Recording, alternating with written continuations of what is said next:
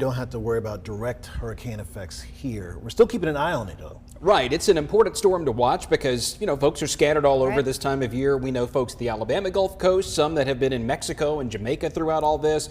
And then it's eventually going to head for the Texas Gulf Coast or very close to it. But this is a close-in look on the explosive development around Beryl.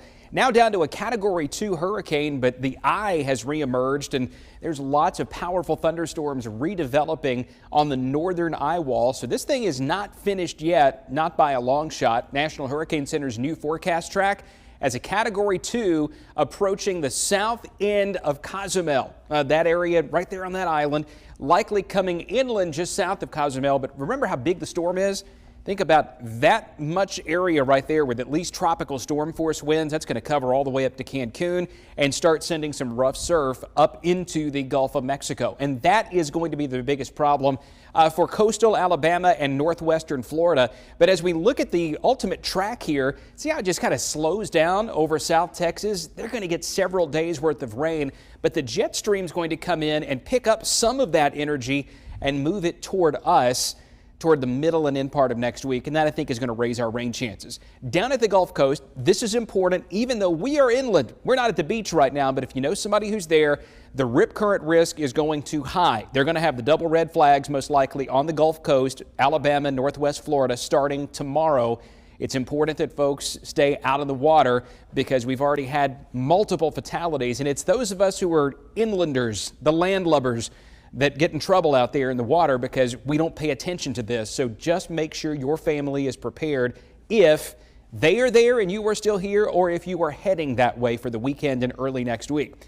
Two different pieces of information here. That's some decent rain that could come with a weak cool front. This is rain from Beryl. Watch what happens. That energy, like I said, it starts to get pulled toward the northeast. And I think between now and next Thursday, most of us are going to get around 1 to 2 inches of total rainfall. Storms are going to be uneven and scattered, so think about that as cumulative. Tonight, fireworks, 92 at 6, probably still feeling like 100 degrees.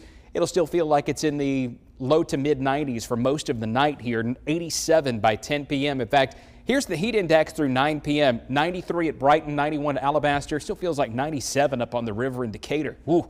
And then tomorrow morning, it feels like it's in the mid to upper 70s. We're probably not getting much below 80. And then the heat index tomorrow afternoon as high as 110 at Childersburg during the hottest part of the day. But there are some thunderstorms coming that are going to make a difference, and that best chance arrives in the early afternoon here in central Alabama. In fact, watch this. Here come the downpours, 11 a.m. Huntsville down to Jasper, Cullman, Fayette, Tuscaloosa County. This first batch may not make it all the way into Birmingham. It may miss just to the north, but then watch what happens in the later part of the afternoon. A few of these potentially could be severe thunderstorms. So we're going to keep a very close eye on that through Friday evening.